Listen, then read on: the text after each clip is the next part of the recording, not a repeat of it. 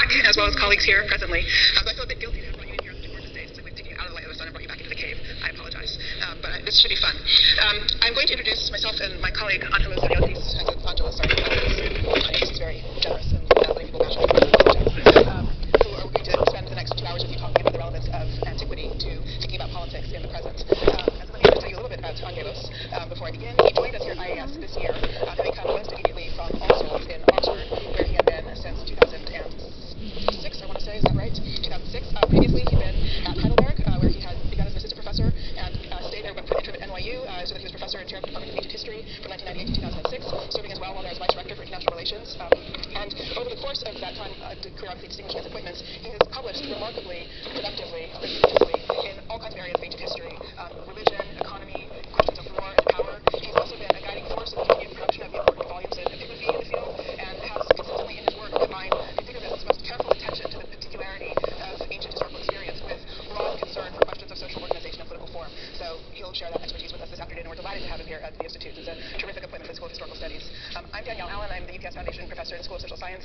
I joined the Institute in 2007-2008 academic year, and my primary area is political philosophy and the history and theory of democracy. So we'll be coming at questions of the relevance of antiquity to the present from two different ends of the question, basically. I'm going to begin. We're each going to speak for about half an hour, and then join together in a conversation with all of you.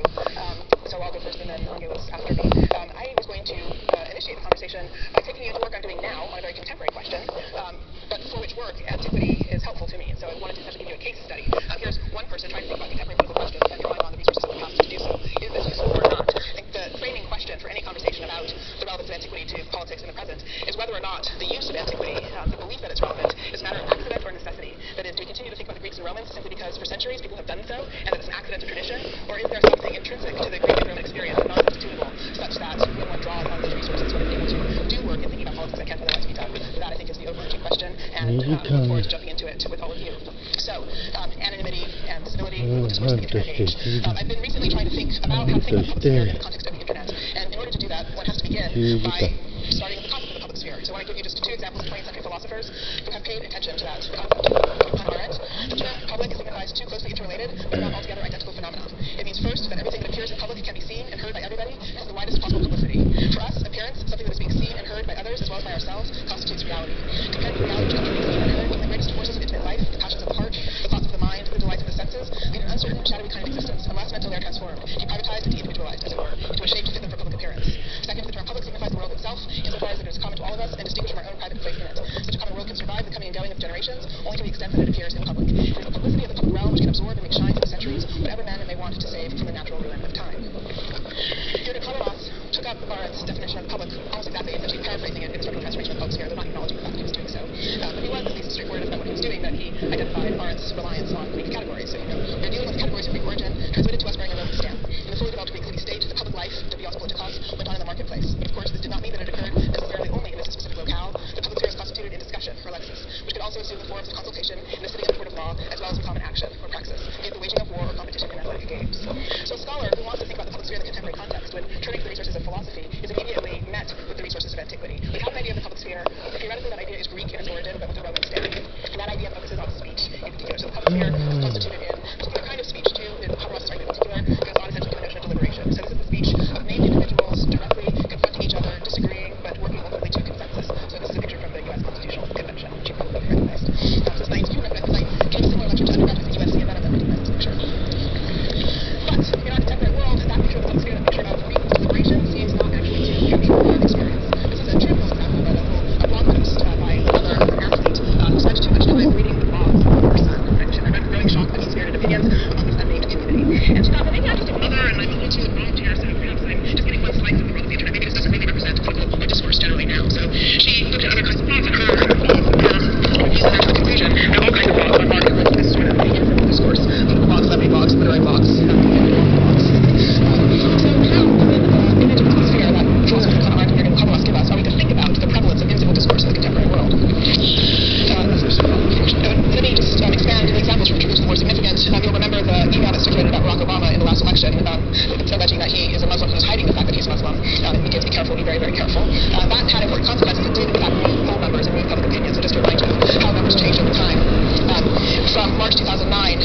after the election to the present, you can see the numbers who think that Obama is Muslim have gone up from 11% to 18%. But even at the point of, so March 2009, just after the inauguration, that 11% was a number that had already been moved up from about 5 or 6% the previous year. So the email circulated starting even before Obama had announced his run for the presidency, and it has had a significant effect on public opinion. So when minutes were to think, well, we can't just think of this principal discourse as trivial, it's moving numbers, opinion, in ways that move the other levers of our political system. This is a video from the protest after the Iranian Revolution, the death of Neda Agha-Soltan, I believe her name is, which was taken anonymously and circulated around the world, helped inspire the protest in Iran against the regime and to draw public attention globally to the events in Iran. So I present this as an example, a counter-example of an element of anonymous discourse circulating on the web now, which one has to think of as positive, eventually, functions as the discourse of a whistleblower. So anonymity is not straightforward. Like every other form of speech, it's good and bad, right? It can be true or false. It can emerge out of the principle, or it can be conducted in an ad hominem way. So we still have the problem of the public sphere, how to think about and the specificity of anonymity. And it's at this point that, again, I found ancient materials useful.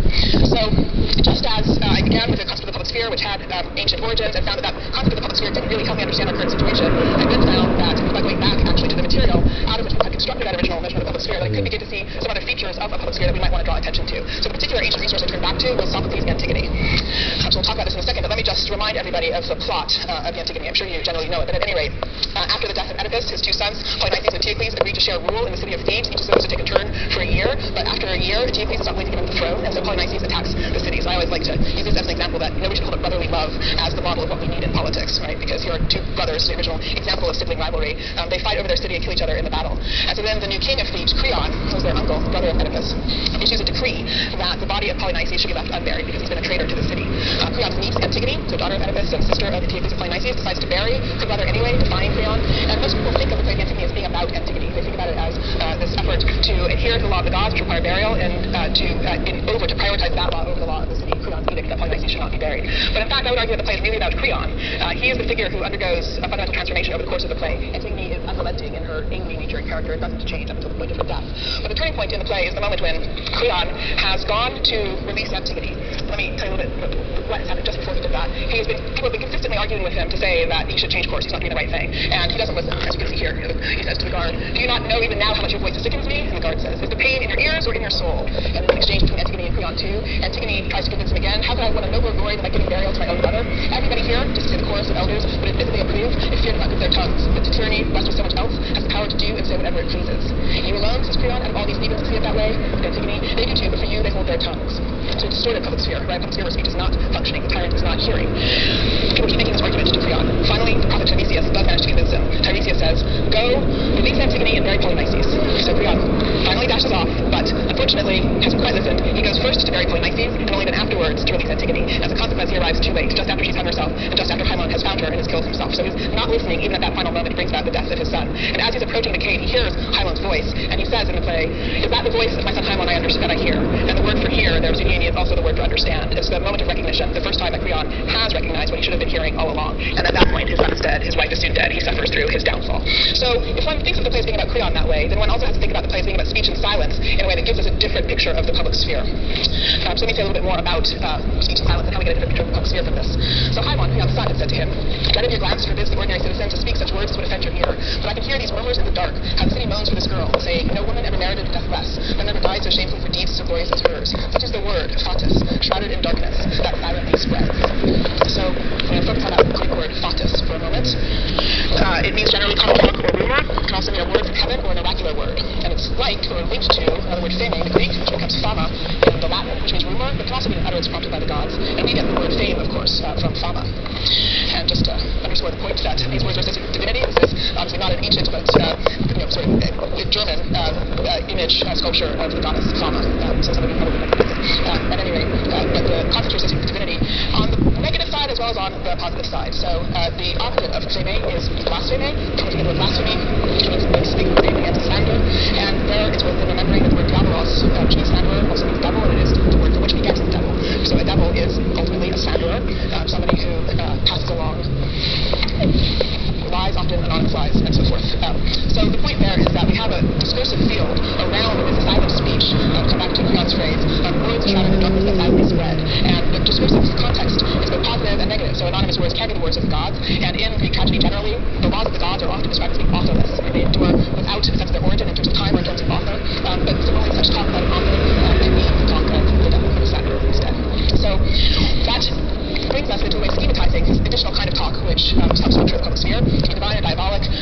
As divine or diabolic, I think the discursive field is indicating that this kind of speech has a special power. So there are some things about this type of speech which are familiar from other kinds of speech. The one has special access to truth and internal verity, it's impartial. The diabolic speech is false and it's interested, it seeks advantage. But both somehow have a special kind of power which derives from their anonymity. So we're trying to figure out exactly what that power is, and again, the Antigone is going to help us. So it's not that Creon hasn't heard any of this kind of silent speech in the city, sort of the speech that has its face shrouded, this dark speech, that sort of speech that goes without revealing its name, its face.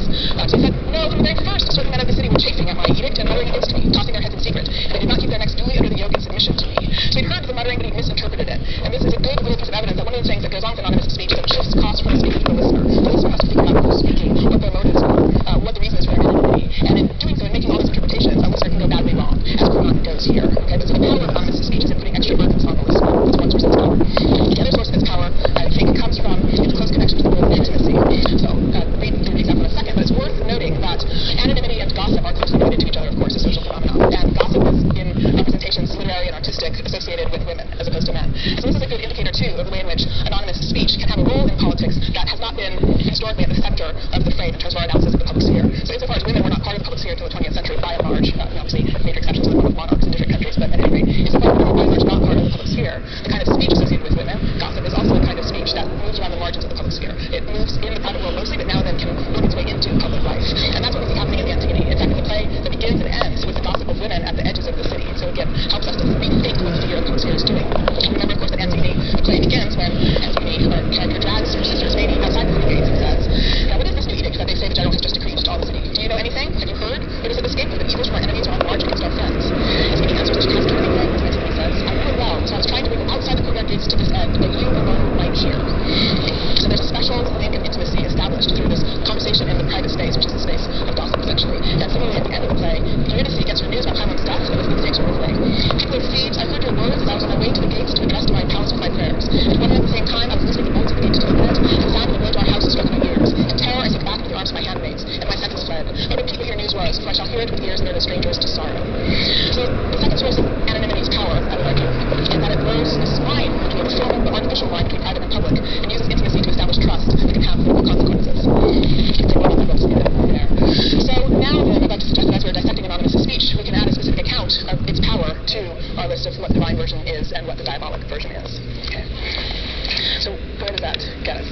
So then, the divine versions of the speech, of such speech, the speech of a whistleblower, for example, or the speech of a chorus which is trying to tell Creon the truth that he will not hear, is the use of this special power of anonymity to rectify power imbalances, problematic power imbalances. Whereas in contrast, the diabolic version of such speech, the speech of a slanderer, is also using the power of anonymity, but for purposes of advantage or domination. So in that regard, anonymous speech presents the same old problems of power that every other form of political activity presents. It can be used for good or ill, for power or aimed at achieving just balances of power, or power aimed at domination. So, then we have to ask a question about how to think about the role of power in the public sphere. I'm not going to take us through Arendt again, but just ask that question.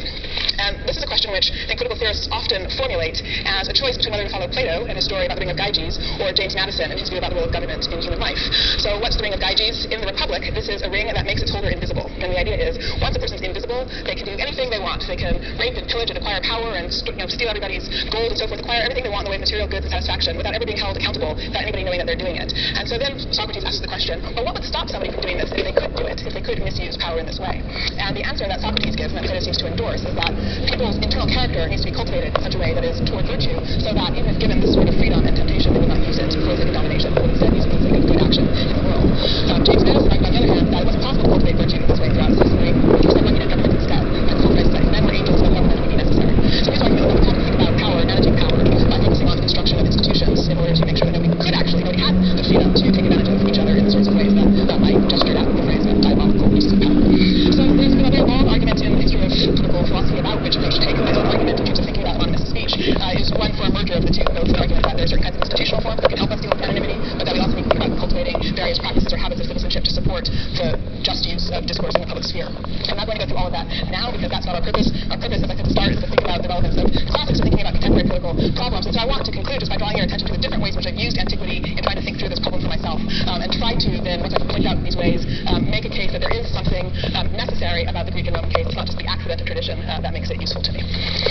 So, what are the ways I've used antiquity? I began, you'll recall, with definitions of the public sphere from Hannah Arendt and Jürgen Habermas. They both understood those definitions to come from the Greek. The point here is that the vocabulary we have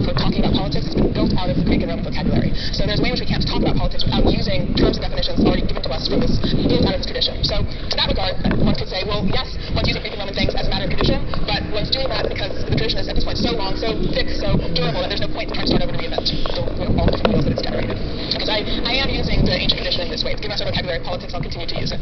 There's a second approach, that of the philosopher Heidegger, which makes arguments that ancient languages generally, and the Greek being a special case of it, are revelatory of the phenomenological situation of human beings in the world. That is, that as words came into existence, the speakers of those first words caught something about the relationships between human beings and their environment, time and space, in its most fundamental nature, but at any rate, their environment generally. So I want to look back into those early words in order to understand something fundamental about human existence. And so to the degree that I was picking up the discursive frame that juxtaposed the words fontes and fede and doctrine and diabolos, it's probably a kind of Heideggerian approach to reading an ancient language for its intuitions about the structure of the world of human experience. The third way in which I use each materials and the processes like back to antiquity rests on the notion that there is a special status of politics in Greece and Rome. And what I mean by this is that not that politics has to be the world over and in all kinds of different social forms, but that the Greeks and the Romans made explicit to themselves that there was a domain of human activity called politics. And then in making that explicit to themselves, invested more time and energy in trying to understand its basic structure and operations. And because politics having acquired a special status for ancient Greeks and Romans, they got more faster in terms of thinking about this than other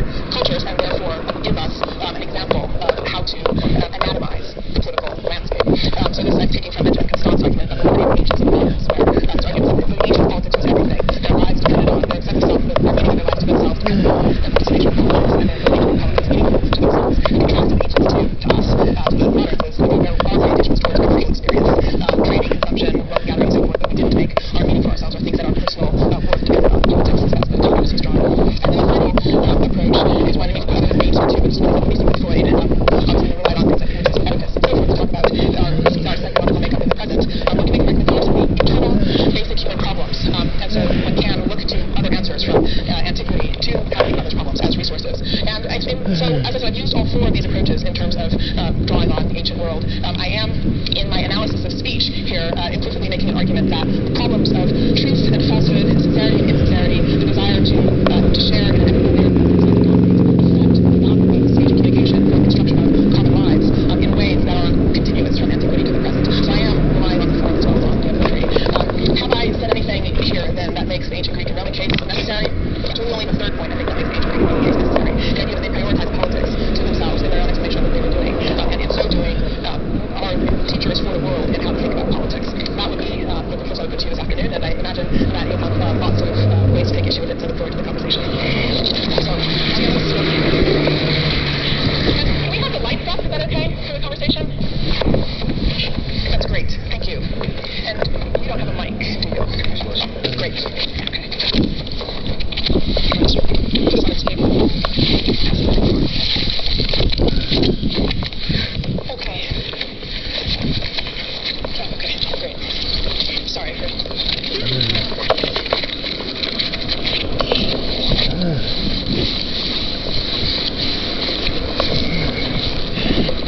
So, we'd love to have your questions, either about the specifics of this or the first stage of conversation about the role of Romans and antiquity thinking about legal problems.